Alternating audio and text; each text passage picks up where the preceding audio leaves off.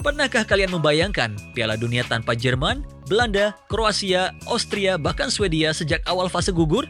Itulah yang benar-benar terjadi di Piala Dunia tahun 2026. Turnamen yang untuk pertama kalinya diikuti 48 negara ini menghadirkan kejutan demi kejutan. Negara-negara yang selama ini dianggap sebagai kekuatan utama sepak bola dunia justru berguguran lebih cepat dari yang diperkirakan. Lalu, apa sebenarnya yang terjadi? Mari kita bahas. Babak 32 besar menjadi panggung lahirnya salah satu kejutan terbesar sepanjang sejarah Piala Dunia. Yang paling mengejutkan tentu adalah tersingkirnya Jerman. Juara dunia 4 kali itu harus mengakui keunggulan Paraguay melalui drama adu penalti setelah bermain imbang selama 120 menit.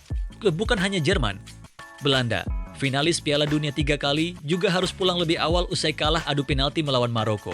Kemudian ada Kroasia, semifinalis 2 edisi Piala Dunia terakhir yang harus menyerah dari Portugal.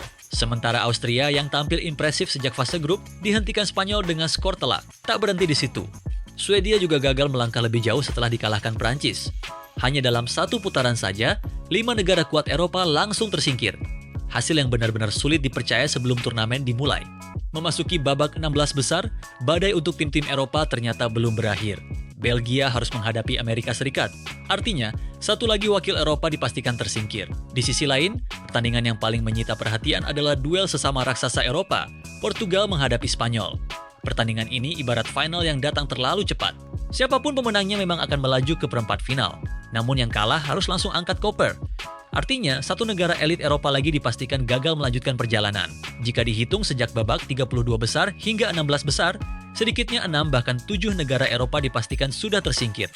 Jumlah yang sangat besar mengingat Eropa selama puluhan tahun selalu mendominasi Piala Dunia. Lalu, mengapa begitu banyak tim Eropa berguguran? Ada beberapa alasan.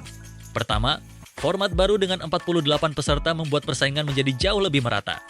Negara-negara yang dulu dianggap sebagai kuda hitam kini datang dengan kualitas yang jauh lebih baik. Kedua, perkembangan sepak bola di Afrika, Asia, dan Amerika Utara benar-benar luar biasa. Maroko kembali membuktikan bahwa keberhasilan mereka pada Piala Dunia sebelumnya bukanlah kebetulan. Paraguay tampil disiplin dan berhasil menumbangkan Jerman. Norwegia juga menjadi kejutan besar setelah menyingkirkan Brasil di babak 16 besar. Bahkan negara-negara yang sebelumnya jarang diperhitungkan kini mampu bermain sejajar dengan para raksasa dunia. Hal ini menunjukkan bahwa jarak kualitas antar negara semakin tipis.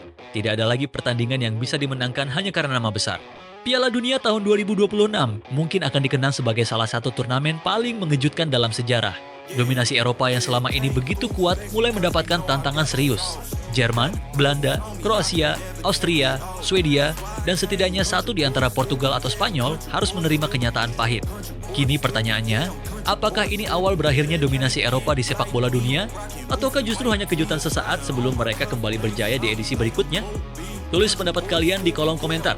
Menurut kalian, tim Eropa mana yang paling mengecewakan di Piala Dunia tahun 2026? Kalau kalian suka video seperti ini, jangan lupa like, subscribe, dan aktifkan lonceng notifikasi agar tidak ketinggalan update terbaru seputar Piala Dunia tahun 2026.